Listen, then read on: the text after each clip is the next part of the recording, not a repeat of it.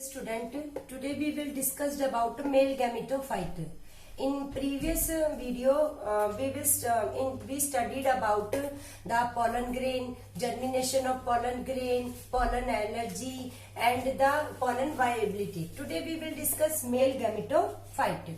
Male gametophyte जो है इसकी डेवलपमेंट को हम प्रिकॉशियस डेवलपमेंट का नाम देते हैं. क्या नाम देते हैं? Precocious development. तो प्रिकॉशियस का मीनिंग क्या हुआ? प्रिकॉशियस का मीनिंग है जब कोई पॉलन ग्रेन शेड होती है उससे पहले ही उसकी डेवलपमेंट स्टार्ट हो जाती है. That is called the precocious development. It means that it begins before the pollen grain is shed. जब कोई पॉलन सैक है उससे पॉलन ग्रेन रप्चर होकर इस पॉलन सैक से बाहर रिलीज होती है, उससे पहले ही इसकी डेवलपमेंट पॉलन सैक में स्टार्ट हो जाती है.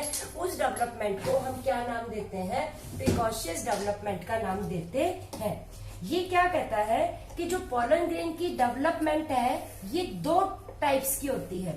सबसे पहले pre pollination development, pre pollination development and post pollination development.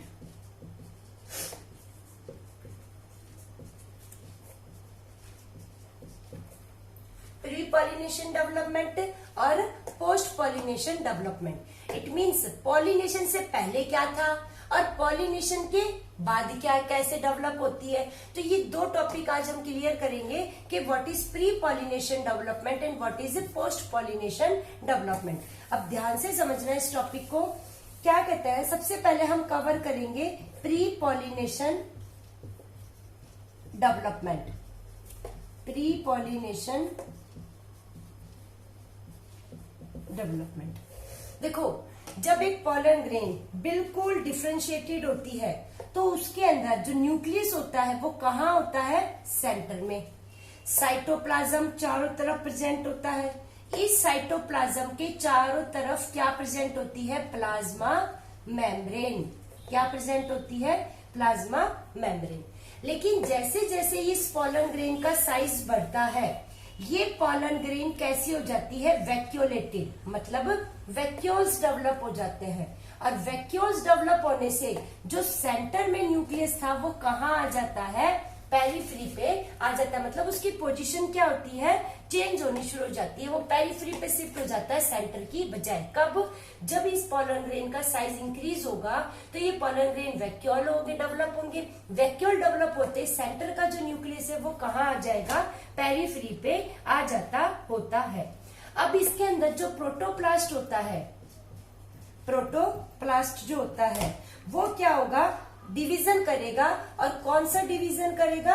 Mitosis division करेगा. कौन सा डिवीजन करेगा? प्रोटोप्लास्ट माइटोसिस डिवीजन करता होता है. दूसरी बात ये क्या कहता है?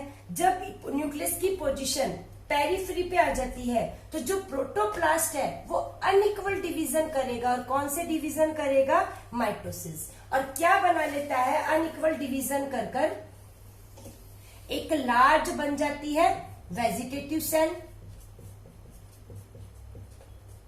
और एक छोटी क्या बन जाती है? Generative cell.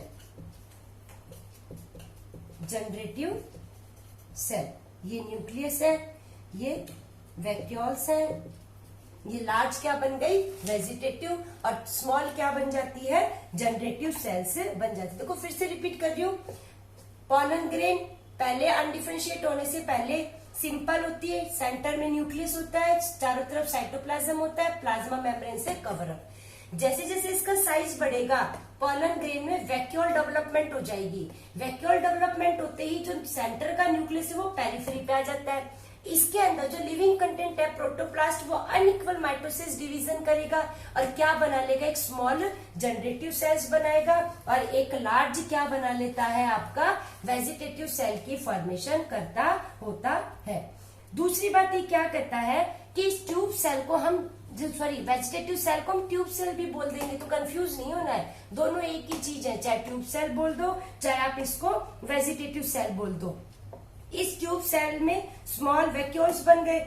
इसके अंदर स्टार्च भी प्रेजेंट होता है, प्रोटीन्स भी प्रेजेंट होते हैं, स्टार्च भी प्रेजेंट होता है, प्रोटीन्स भी प्रेजेंट होते हैं, लिपिड्स भी प्रेजेंट होते हैं। क्या प्रेजेंट होते हैं? लिपिड्स भी प्रेजेंट होते हैं। और जो लिपिड्स या फैटी एसिड जो है, याद रखना बेटा, ये जनरली अनसैचुरेटेड होते हैं।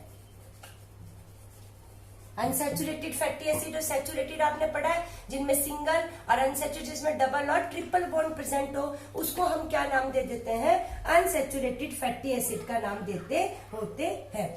ये जो जनरेटिव सेल्स होती है, ये कंप्लीट स्फेरिकल नहीं होती, थोड़ी सी इसकी पोजीशन कैसी होती है? लेंटिकुलर होती है। और इसके तरफ एक कैलोज लेयर डेवलप होती है, जो इस जनरेटिव सेल्स को पूरी प्लाज्मा मेम्ब्रेन से थोड़ा सा क्या कर देती है? सेपरेट करती होती है। एक और बात, 60% जो फ्लावरिंग प्लांट है, उसके अंदर पॉलन ग्रेन 2 सेल में शेड हो जाती है, 2 सेल में। 40% में पॉलन ग्रेन 3 सेल में शेड होती है।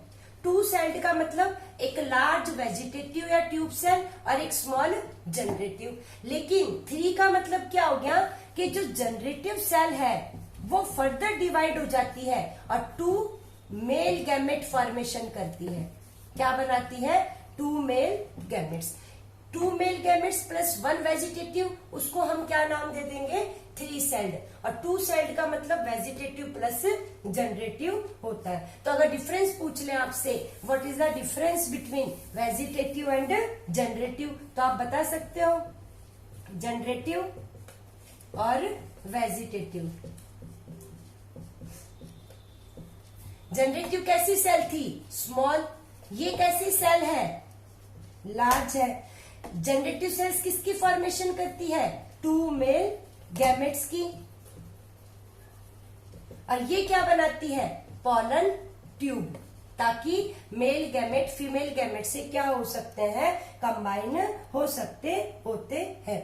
जनरेटिव सेल्स में कॉम्पैक्ट न्यूक्लियस होता है, थिन लेयर ऑफ साइटोप्लाज्म होती है, इसमें इरेगुलर न्यूक्लियस होता है, लार्ज वैक्यूल्स होते हैं इसके अंदर, और रिजर्व फूड भी लार्ज अमाउंट में प्रेजेंट होता है वेजिटेटिव सेल्स में। तो ये जो डेवलपमेंट थी प्री पोलिनेशन, पोलिनेशन से पहले की। लेकिन अब बात आती है पोस्ट पोलिनेशन। किसकी बात आई? Post pollination. पोस्ट पोलिनेशन, जैसे ही कोई पॉलन ग्रेन स्टिग्मा के सरफेस पे, ये क्या है? स्टिग्मा, और यहां पर क्या रिलीज हो गई? Pollen grain. इसको क्या बोलते हैं? पॉलिनेशन। क्या नाम देते हैं इसको?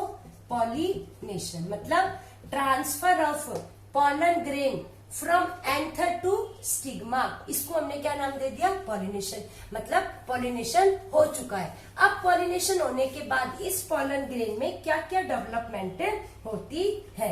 अब देखो, एक छोटी सी बात है, जैसे ही पॉलन ग्रेन स्टिग्मा के सरफेस पे गिरती है, ये stigma surface sugary substance release करता होता है, और शुगरी सब्सटेंस रिलीज होते इसमें न्यूट्रिएंट्स होते हैं, वाटर होता है, जिसको कौन अब्सॉर्ब कर लेता है? ये पॉलन ग्रेन अब्सॉर्ब कर लेता है। याद करो, मैंने आपको पॉलन ग्रेन के स्ट्रक्चर में ये एक्साइन बताई थी, लेकिन जिस जगह पे एक्साइन नहीं प्रेजेंट होती वहां से क्या क्या नाम दिया था? जंप पोर। और जंप पोर से क्या अराइज होगी? Pollen tube. तो जैसे ही ये पॉलन ग्रेन स्टिग्मा का शुगरी सब्सटेंस को अब्सॉर्ब करेगा, न्यूट्रिएंट्स को अब्सॉर्ब करेगा, वाटर को, यहाँ जंप पोर से क्या अराइज हो जाएगी? पॉलन ट्यूब अराइज होती है। और ये जो पॉलन ट्यूब होती है, इसके अंदर ट्यूब सेल का कंटेंट भी होता है और जनरेटिव सेल का कंटेंट भी होता है। आप एक डायग्राम के थ्रू समझे इसको। ये देखो,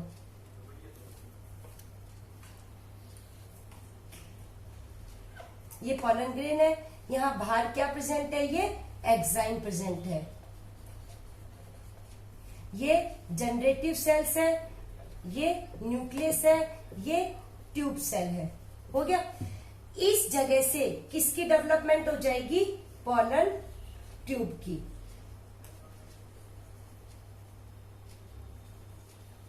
और एक पॉलन ट्यूब बन जाएगी जिसके अंदर क्या प्रेजेंट होंगे, मेल गैमेट, क्या प्रेजेंट होंगे, मेल गैमेट, और ये ट्यूब न्यूक्लियस, क्या प्रेजेंट होगा, मेल गैमेट और ट्यूब न्यूक्लियस होगा। अब क्या हुआ, ये पॉलन ग्रेन डेवलप हुई, इसमें छोटी सी क्या बन गई, यहाँ पर पॉलन ट्यूब की डेवलपमेंट हो जाती है, और पॉलन ट्यूब में मेल गैमेट है, ट्यूब न्यूक्लियस का कंटेंट भी प्रेजेंट है। अब इस समय जो पॉलन ट्यूब बन रही है ना, इस पे कोई एग्जाइम नहीं होगी, याद रखना, ये सिर्फ किससे कवर होगी, इंटाइन से। किससे कवर अप होती है, इंटाइन से। अब एक और बात, ये पॉलन ट्यूब क्या सिक्रीट करेगी, पैक्टिनेसिस एंजाइम और हाइड्रोलिटिक एंजाइम, पैक्टिनेसिस एंजाइम और हाइड्रोलिटिक एंजाइम। ये स्टाइल पार्ट है किसका, आपका फीमेल रिप्रोडक्टिव पार्ट का। इसमें से इसको रास्ता चाहिए यहाँ तक पहुंचने के लिए, तो ये स्टिग्मा में जो पॉलन ट्यूब छोटी सी डेवलप हुई है, पैक्टिनेसिस और हाइड्रोलिटिक एंजाइम सिक्रीट करेगी, जिसकी मदद से इस पॉलन ट्यूब की ग्रोथ क्या होती चली जाएगी, आगे बढ़ती चली जाएगी, और ये पॉलन ट्यूब की ग्रोथ होगी, और ये पॉलन ट्यूब किसके साथ कंबाइन हो जाएगी, इसमें मेल गैमेट है, वो जो फीमेल गैमेट है उसके साथ कंबाइन होगी, और क्या करेंगे, फर्टिलाइजेशन के अंदर हेल्प करेंगे। बेनिफिट बता रही हूं आपको कि टू सेल्ड मतलब एक लार्ज वेजिटेटिव और एक स्मॉल कौन सी हो गई, जनरेटिव सेल्स होती है। अगर किसी पॉलन ग्रेन में सिंगल पॉलन ट्यूब बनी है, उसको कंडीशन को हम नाम देते हैं मोनोसिफेनस। क्या नाम देते हैं, मोनोसिफेनस। अगर किसी के अंदर कई सारी पॉलन ट्यूब बनी है तो उसे हम क्या नाम दे देते हैं, पॉलीसिफेनस।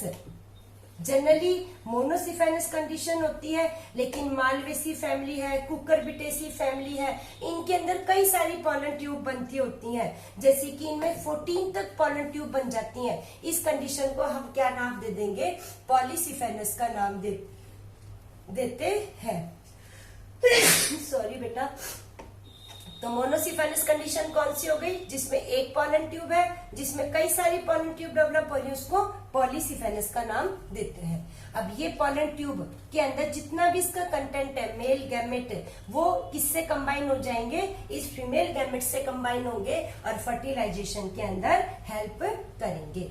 इतना ही समझ में कि प्री पॉलिनेशन डेवलपमेंट क्या है और पोस्ट पॉलिनेशन डेवलपमेंट क्या है। नेक्स्ट हम पढ़ेंगे पिस्टिल